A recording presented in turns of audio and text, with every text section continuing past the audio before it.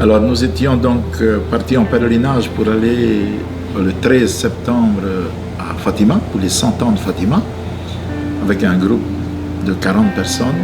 Ensuite nous avions fait un saut à Medjugorje et nous étions en train de revenir.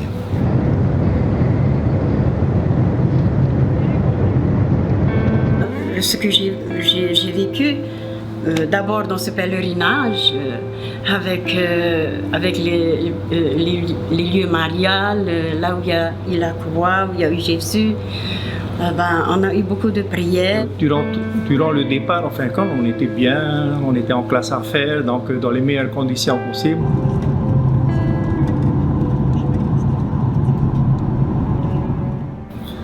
Et après 4 heures de vol, 4 heures et demie, ce qui m'a réveillé, c'est un choc. Je ne peux pas dire ce qui s'est passé avant ni quoi que ce soit, mais on avait l'impression d'avoir tapé dans un mur, hein, mais un choc violent. Quelque chose qui te fait bondir, quoi, qui te fait sortir de ton sommeil. En tout cas, moi, je n'ai pas entendu l'explosion, mais c'est le choc. Alors, je n'étais pas du tout endormie, moi. J'avais du mal à m'endormir, donc je faisais les 100 pas dans les allées. Je vis ce moment-là, cet impact-là, et je me dis, mais je suis en train de rêver. C'est pas possible, je suis en train de rêver. Eh ben non, là j'ai bien regardé, non, je suis pas en train de rêver. Et je vois Diatono justement ouvrir le hublot et je dis, oh, nous avons un problème. Hein, nous avons vraiment un problème. De l'impact, je me suis réveillée, j'ai regardé Médéric s'est réveillé, il a ouvert le hublot. Et je suis restée là, j'ai été un peu sciée, quoi, parce que moi, j'étais sur fauteuil roulant. J'ai juste vu aussi le moteur jaune. Je me suis dit, ça y est, on va mourir. Oh là, j'ai vu, on était en plein jour, parce qu'il était midi à peu près, midi et demi, et j'ai vu le moteur numéro 4 qui avait perdu tout l'avant, hein, et le moteur était jauni. Il y a eu certainement du feu à l'explosion, mais ça s'est éteint. Miraculeusement. Il y a 2 heures qu'un appareil d'Air France, un A380 qui devait relier initialement Paris à Los Angeles, eh bien, a dû changer de trajectoire et finalement atterrir en urgence à Goose Bay au Canada. C'est un problème de moteur qui serait en cause. On fait le point avec Hakim Abdelkader. En plein vol Paris-Los Angeles, voici ce qu'ont pu voir les passagers de cet A380. Un réacteur en grande partie endommagé. L'enveloppe qui protège l'un des 4 moteurs de l'avion d'Air France a tout simplement disparu. Les experts en aéronautique disent qu'effectivement, on a échappé belle. Aucun débris n'a frappé la carlingue. À 11 000 mètres, un petit débris qui frappe la carlingue, c'est la carlingue entière qui vole. Parce qu'il y a une pressurisation et l'avion peut voler en éclats. Tous les ingénieurs aéronautiques aussi sont conscients qu'on a échappé à quelque chose d'extraordinaire. L'avion a bougé, a tremblé, et puis je voyais que ça... il perdait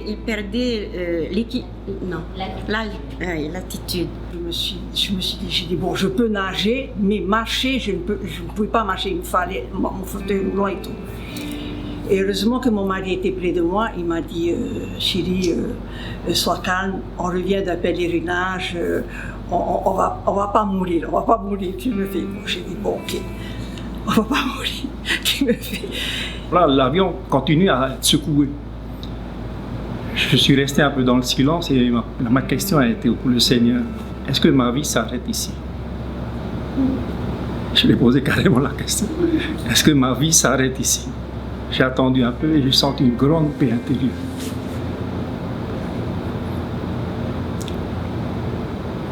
Et là, j'ai compris en fin de compte que j'avais rien à redouter, que j'étais en confiance. Et là, j'ai remercié le Seigneur. Et là, mon épouse s'est tournée vers moi et je lui ai fait comprendre qu'on n'avait pas à avoir peur, qu'on n'allait pas mourir, et en fin de compte, qu'il fallait faire confiance au Seigneur, parce qu'il était là, éveillé sur nous. Et cette paix, elle était là, elle grandissait, comme elle me prenait tout mon être. Et là, je faisais que le remercier. Je ne cessais de le remercier. Tellement j'étais en joie, c'était une joie intérieure.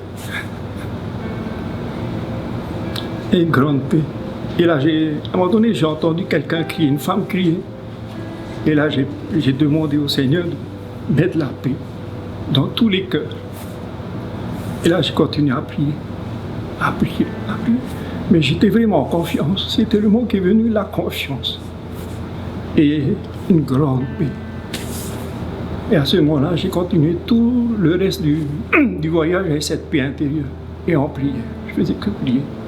J'ai dit après, il y avait cette parole-là qui m'a poursuivi quand on faisait le pèlerinage à Fatima. Et quand il y avait la procession de la Vierge, et quand j'avais vu la Vierge arriver, j'ai dit, là voilà, elle arrive, elle est là. Mais ce qui s'est passé dans la messe, c'est ça aussi qui m'est arrivé. J'ai dit, la Vierge, elle est là, elle était là avec moi. J'ai dit, c'est pas possible. J'ai dit, merci Seigneur. C'est pas possible qu'il y a eu la Vierge, elle est venue dans l'avion. C'est ça que ça m'a beaucoup mis en joie. Et en plus de ça, c'est l'année où j'avais tout changé ma vie. J'ai quitté mon travail pour trouver un autre travail. J'étais investi ministre de l'Eucharistie, la communion. Moi aussi, tout ça, ça a été tout nouveau pour moi. Et comme je me suis dit aussi, j'ai dit au Seigneur, mais tu m'as tout donné. Maintenant, j'ai à peine servi. Et c'est pas le moment. C'est pas possible, quoi. C'est pas le moment que je dois partir. Extraordinaire. Mais je pense que les autres peut-être diront, mais j'ai l'impression que, pas l'impression, une certitude réelle, que Dieu était vraiment dans l'avion avec nous. Et qu'il avait une présence simple, mais une présence. Parce que, c'est, quand on a eu le choc, on s'est regardé, il n'y a pas eu de se dire, ah, on va mourir. Même pas. Enfin, en tout cas, moi, j'ai pas eu le sentiment qu'on allait mourir.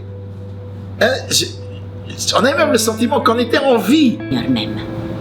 J'ai tellement eu des preuves dans ma vie, je ne vais pas les citer, j'ai tellement eu des preuves que je dis que le Seigneur m'aime et mon mari est tout près de moi. Le Seigneur est à côté de moi et il ne me lâchera jamais. Et justement, si Dieu m'a laissé en vie, c'est que je ne dois pas plus laisser un petit moment ne pas témoigner de son amour, annoncer sa parole. C'est pourquoi il m'a choisi. Ça te renforce dans ton ministère. Ah oui, encore beaucoup plus. Et une certitude encore qui vient, si tu veux asseoir ma vie, c'est que Dieu, même quand la vie est au bord du gouffre humain, la vie en Dieu, elle t'habite. Le vol AF-66 qui a décollé vers 11h30 ce matin de Paris-Charles de Gaulle avait pour destination Los Angeles. Il a finalement atterri sur la base des forces canadiennes de Goose Bay. Ce soir, Air France assure que tous les passagers sont indemnes et que des solutions d'acheminement vers la destination finale sont à l'étude. L'avion, quant à lui, est en cours d'expertise.